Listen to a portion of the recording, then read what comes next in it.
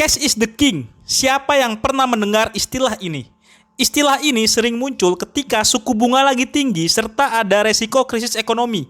Logikanya, jika kita punya cash banyak saat krisis, berarti kita bisa nyerok banyak saham yang lagi murah atau mengoptimalkan peluang saat ekonomi terpuruk. Menariknya, Berkshire Hathaway, perusahaannya Warren Buffett, lagi banyak jual saham. Dan jumlah cash mereka dalam artian aset liquidnya tuh tembus ke rekor tertingginya. Total nilainya mencapai 2 ribuan triliun rupiah. Wah, tanda-tanda apa nih? Apa hubungan cash is the king dengan suku bunga tinggi ya?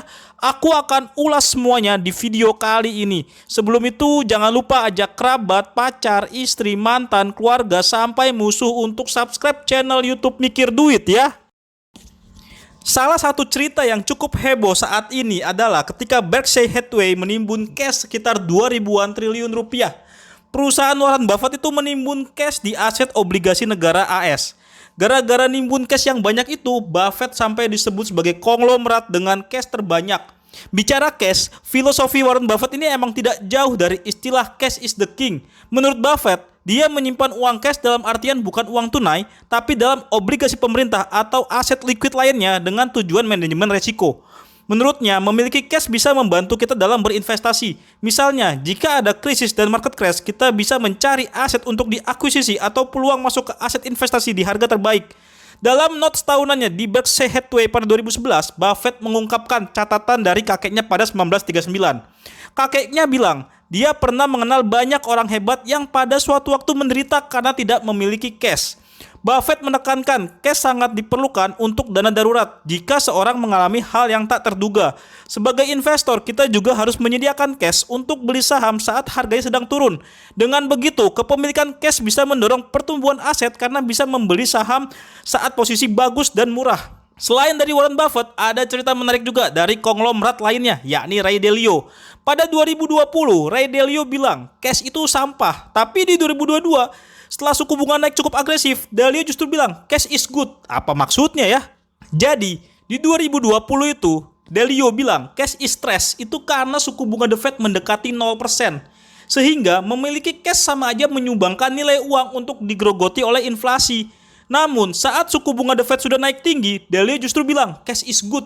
Pasalnya, dengan suku bunga The Fed di atas 5%, punya cash akan lebih menarik dibandingkan punya saham. Sebelum lebih jauh, konteks cash yang disebut Dalio juga sama seperti Warren Buffett, yaitu penempatan aset ke pasar uang dan obligasi negara, di mana sifat aset ini adalah sangat liquid dan hampir bisa dibilang bebas resiko. Sehingga jika dibandingkan nekat masuk ke saham saat suku bunga tinggi, di mana ekonomi berpotensi melambat dan mendorong kinerja bisnis lebih lambat, lebih baik masuk ke aset liquid yang lebih bebas resiko dengan keuntungan yang pasti sambil menunggu momen harga saham bisa lebih murah lagi. Namun, pernyataan Dalio itu juga mengacu untuk pasar di Amerika Serikat ya. Pertanyaannya, bagaimana dengan pasar di Indonesia? Apakah cash juga sedang good atau lagi trash saat ini? Untuk mengetahui itu, kita akan menggunakan dua formula Ray Dalio untuk menilai momen apakah cash lagi good atau trash. Formula pertama, Dalio bilang cash is good jika tingkat suku bunga bebas risiko lebih dari 1% di atas inflasi. Dan periode itu harus saat suku bunga naik. Karena ketika suku bunga naik berarti tujuannya adalah untuk menurunkan inflasi. Kedua, Dalio bilang jika suku bunga atau tingkat keuntungan lebih tinggi dibandingkan dengan pertumbuhan ekonomi ditambah inflasi, berarti cash is good. Pertanyaannya, gimana kondisi di Indonesia saat ini? Di sini, kami asumsikan aset cash atau liquid di Indonesia itu terdiri dari deposito dan SBN, serta aset pendukung lainnya seperti reksadana. Dengan formula Dalio yang pertama, yakni saat suku bunga naik dan tingkat suku bunga bebas resiko lebih tinggi di atas 1% dari inflasi, berarti cash is good. Nah, suku bunga bebas resiko di sini digambarkan oleh tingkat deposito yang tidak lebih dari LPS rate.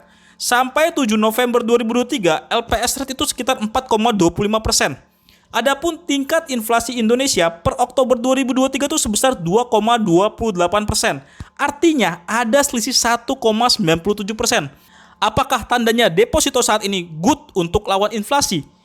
Kita harus hitung hingga keuntungan bersih dengan pajak bunga deposito 20%. Jadi, total bunga deposito 4,25% setelah pajak 20% itu menjadi 3,4%.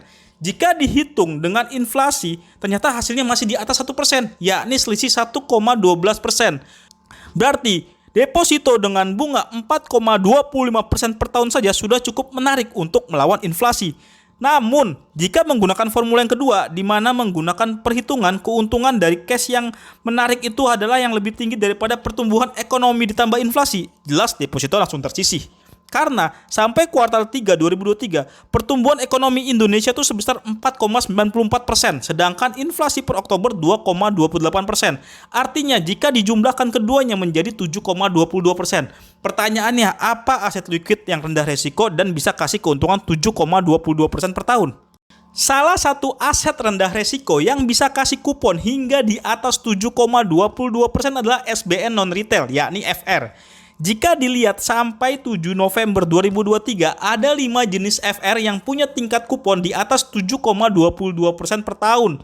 Namun, jika kita beli FR itu dengan tingkat kupon sebesar itu saat ini, total keseluruhan yang kita dapat bisa jadi di bawah dari total pertumbuhan ekonomi dan inflasi. Kenapa? Karena jika beli FR di pasar sekunder, kita berpotensi beli di harga tinggi, di mana rata-ratanya harganya di atas 102%.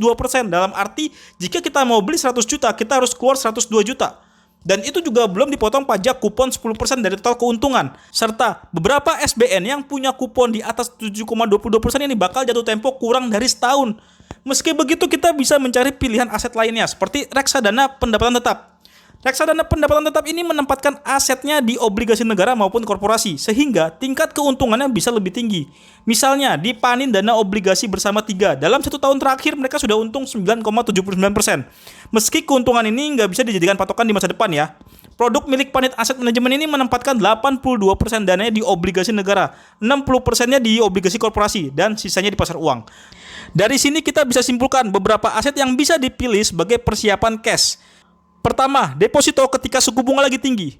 Kedua, SBN jika ada yang memberikan yield menarik. Dan ketiga, reksadana pendapatan tetap. Kalau sekarang kamu menempatkan aset liquid di mana nih? Ceritain di kolom komentar ya.